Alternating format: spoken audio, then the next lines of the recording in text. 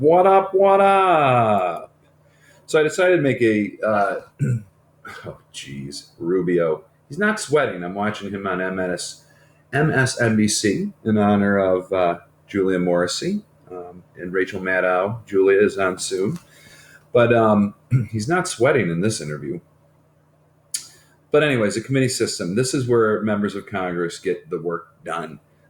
Again, especially in the House of Representatives, is extremely important because there are so many members. You cannot have 435 members talk about a particular piece of legislation or every piece of legislation that everyone wants to be voted upon. It just wouldn't make sense if every member had 5 bills a year that they wanted to be considered. That's a lot of bills, over 2,000. So the committee system, especially in the House, is where a lot of the action, if you will, gets accomplished. And it's not only considering bills, but it's also, we've looked at some testimony from members of the different bureaucratic agencies in front of committee. Interest groups can sometimes be called to appear in front of committee to give expert testimony on potential pieces of legislation. So there's a lot of different things that they do.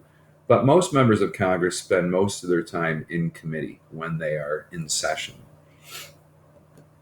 So again, the real work of Congress is done in committees and subcommittees, and we'll look at some committees here in a second, but not on the floor. And when you talk about 50 to 60 bills only getting passed every year for Congress lately, you're not talking about a lot of time spent all together on the floor. Before a bill reaches the floor, and we'll go into how a bill becomes a law in the next screencast, it has to get out of committee.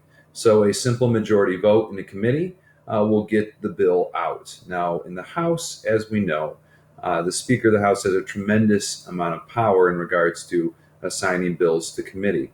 More power might be welded by the committee chairs. And again, and I emphasize this, the committee chair is always of the majority party. That's the number one qualification. Republicans in the House have more seats in every committee because they have a majority of the overall seats in the House. Same with the Senate. Republicans in the Senate have 1 or 2 seats more in every single committee because they are the majority party. The majority party will pick a chair for their committee. Now, many times it ends up being the chair who has been on that committee, or excuse me, the member of the party that has been on that committee the longest, but that's not always necessarily the case. And I think later on in these notes we talk about the function of the committee chair. In the House, you can go a overall vote. So if you feel that a particular bill is being delayed in committee for either a purposeful reason or not on purpose, you can have an entire House vote to discharge a bill. It is called a discharge petition. So force the bill out into to be voted upon and discussed with the entire Congress. This is unique only to the House. The Senate, you can get a bill to the floor for discussion at least, maybe not a vote, a discussion at least, without needing a discharge petition. So again, what do committees do? They handle legislation. They talk about research, look at legislation. The chair has a tremendous amount of control over what bills are considered. So once the bills go to committee, the chair will determine kind of the agenda of this is what we're going to talk about this week. This is what we're going to talk about next week. Certain committees hold more investigations of executive branch and bureaucratic agencies when needed. So, for example, I talked in one class today about Volkswagen kind of lying about the emissions that came or that were coming from their vehicles to get around federal regulations and restrictions on the amount of pollutants that get into the air. I would imagine in the next weeks, months or so, you're going to have individuals from the Department of Transportation appear in front of committee and answer how were they able to get around these laws. And they will also probably call the CEOs CEOs of the various, I don't know if it's just Volkswagen, Porsche. How do you say that? I don't know. I'll never have a Porsche. Um, and again, they can conduct oversight over the executive branch agencies. So they can call, again, we watched a general appear in front of committee being asked questions in regards to Guam. They can call individuals who head the different departments and the bureaucratic agencies under the executive branch to appear and answer questions. So they will do that frequently too, especially when it becomes budget time and the heads of these different bureaucratic agencies, Department of Agriculture, Department of the Interior, will appear in front of committee advocating for their various departments' budgets. Oh, here we go. So the selection of committee chairperson. Again, they set the agenda of bills to be discussed. I should put that on there.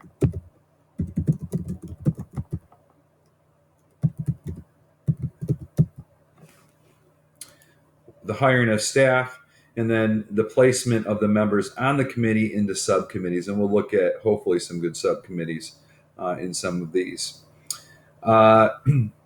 Chairmen are selected by a secret ballot by the party. So the party meets or caucuses at the beginning of each term to select a chairman. Generally speaking, seniority system is followed, meaning the person who has been on the committee the longest. However, it is of the majority party. So right now, there might be a Democrat who's been on longer than anyone else on a committee. Well, the Republicans aren't going to choose him or her. And of course, if you look in the video, the PBS video, Gingrich put term limits on the House chairwomen when he was Speaker of the House. And again, some would say there's an advantage of the seniority system. They all have a lot of experience, having dealt with many, many bills, investigations, hearings. And some would argue that, if you know you're going to be the chairperson, maybe you get a little bit lazy. You don't work as hard as you should be able to work. You may not have the most experience. Maybe someone gets on a committee who has a tremendous amount of experience. Say I'm elected to Congress and I got to get on the Committee of Education. I'm a teacher. I'm an expert. And Mike Quigley is the chairperson. And he has no educational background. So some might argue that you should select the chairperson based on expertise. But the reality is seniority means the most when selecting a chairperson. Is there a disadvantage of the seniority system? Yes. There is a conservative bias, and there is a rural bias, and there is a white Caucasian male bias. Because if you go back to the most senior members in Congress, they tend to be male, they tend to be Caucasian, they tend to be a little more conservative, as older people tend to be a little more conservative.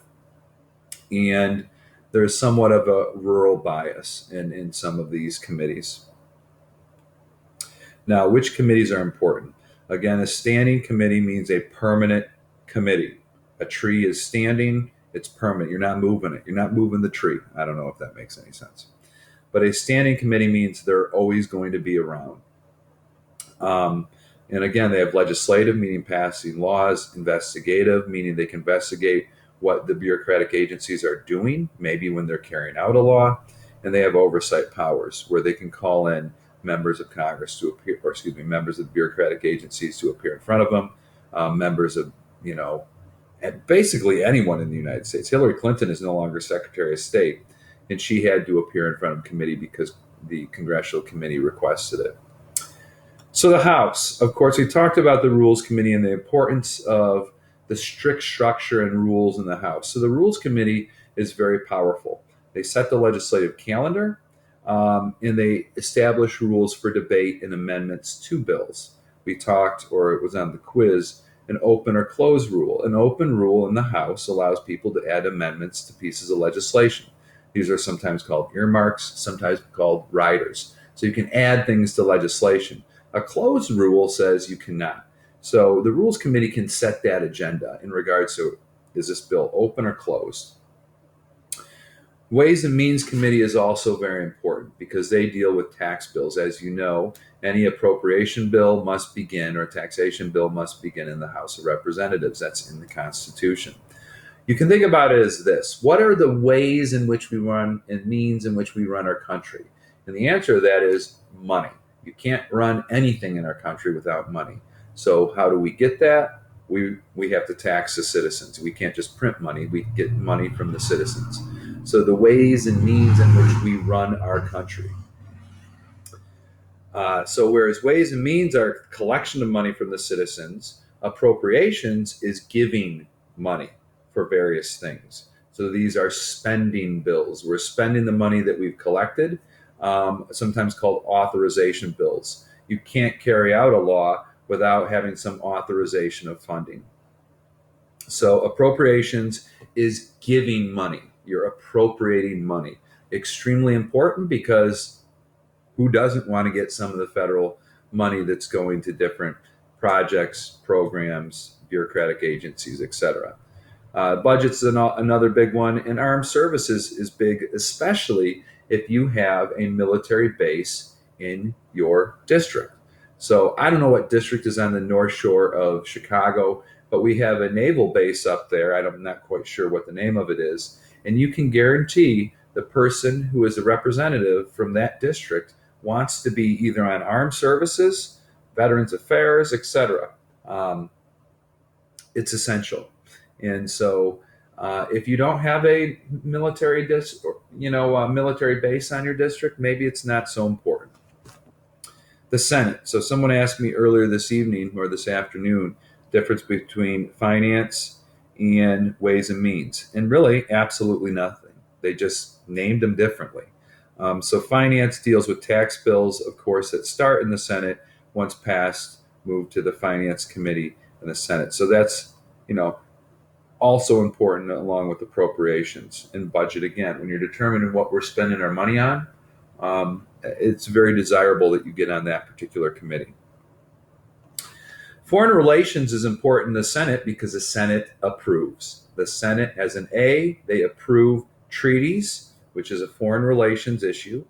They approve ambassadors, which is foreign relations. So those two confirmations that they do after the president appoints somebody is a pretty big role. Obviously, we haven't had a treaty in quite some time, but this is highly prestigious. And what you'll find is senators who down the road might consider a run for president want to be on this committee, because you want to be able to say, I have experience with foreign policy issues. So Hillary Clinton served on this committee, John McCain served on this committee, Barack Obama served on this committee, Joe Biden served on this committee before being vice president. Very prestigious committee when you're dealing with foreign affairs. The Judiciary Committee, again, because the Senate approves judicial appointments from the president, can be a pretty significant committee in the Senate. Doesn't mean so much in the House because they don't approve any judicial appointments. But in the Senate, if you're approving a Supreme Court justice, this is a pretty prestigious committee. You're determining who the next Supreme Court justice or Circuit Court justice or District Court justice will be. You don't get to hand select. You have to kind of analyze who the president selects. But it tends to be a relatively desirable committee. And you get a lot of attention on that committee when you're dealing with this Supreme Court appointment from the president. Conference committee. When you have bills that don't have the same wording from the House and the Senate, you have to have a conference committee established. So, for example, the Obamacare or the Affordable Care Act, the House passed a bill, the Senate passed a bill. The words in the bill did not match. So there were slight differences in both bills. So we had a conference committee that convened, and you take some members of the Senate, you take some members of the House, and they look over the bill and try to hash out the differences in the bills so that you have one bill that is voted upon that has the same language. The bills have to be the same. And many times you don't have agreement between the House and the Senate. But a conference committee is a temporary committee only needed when you have differing languages in a particular bill from the House and the Senate. Finally, in these, you don't need to necessarily know so much, although we spent some time looking at select committees. These are temporary committees Um, and the Select Committee on Benghazi was started in the House to investigate what happened in Libya. Joint committees are composed of members from both the House and the Senate, and those are on usually nonpartisan issue, like the Joint Committee on Aging. As you know, there isn't a Republican, Democrat, House member, Senate member who aren't going to agree on a lot of the things in regards to helping out old people. So if you look at the Senate, you can see here, these are the Senate committees, and there's not a ton. If you're a member of the Senate, you're going to be on a few committees. I'm sorry, it was Special Committee on Aging, although it's basically means the same. So if you look on here, let's see here, Veterans Affairs. You'll see the committee members, and you'll see that there's slightly more Republicans than there are Democrats. All right, and the chair is Johnny, oh goodness, Isaacson, who is a Republican for Georgia. Um, Again, a committee that's desirable to be on. You can look at, let's see here. Oh, let's look at appropriate. Well, no, we'll go judiciary. I like the judiciary because I love the Supreme Court. Let's see. So you can look at the nominations here, but we're not going to look at that because there's no Supreme Court nominations going on at the present time. So what you have is the chair is Chuck Grassley, and the ranking member is Patrick Leahy, who has been on this committee for years. And then you see the members. Oh, look at that. Oh, I honestly did not go on. I love this committee. You got Dick Durbin, Lindsey Graham. Looks like he's got eyeshadow on. What the heck's going on with that? One of my favorite members of Congress, Sheldon Whitehouse. What a name. He's got to run for president. Oh, no. He's so smug. Ted Cruz, Al Franken, used to be a comedian on Saturday Night Live. This is a good committee. Jeff Flake. What kind of name is that? I don't know. No comment. And you'll see there's, again, a few more members of the Republican Party. David Perdue. Believe it or not, Purdue Chicken, that's his family. He's got to be a millionaire. So, again, these committees do a lot of work. Senators announced bipartisan sentencing reform bill. So they're going to determine sentencing for individuals who commit federal crimes. So, for example, Barack Obama recently has tried to make it so that individuals who are sentenced for petty drug crimes don't spend a lot of time, if any, in prison. What other one do I want to go to? Oh, we'll go to transportation just for fun. And so all the committees have subcommittees. So you talk about transportation, that's a very broad topic. They have different subcommittees: aviation, communications, consumer protection, oceans, atmosphere, fisheries, etc. So you'll be on a few subcommittees in the overall committee. If you look at the House committees, um, again, some are more important than others. The Rules Committee, we talked about the importance of that. Oh, I can't. This is the worst web page in the world. I looked at this earlier. So horrible. Um, let's go to appropriations. So again, you can look at the subcommittees, agriculture, because appropriations, the giving of money.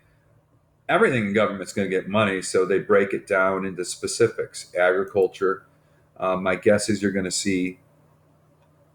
Let's see, member list. You're going to see members who are from states that have a high level of agriculture. Kansas, I guess, Alabama, I don't know. California, Florida, lots of agriculture. Iowa. If you want a lot of money going back to your state, you want to be on that particular subcommittee. But again, let me see, members. The House, you'll see, has a lot more Republicans because they have like a 60 to 70 seat advantage. You'll see Mike Quigley, your representative in Congress, is on the Appropriations Committee. Again, a committee that you want to be on because they're giving money and determining where money's going in our country. So, committees where all the action in Congress is done. Peace.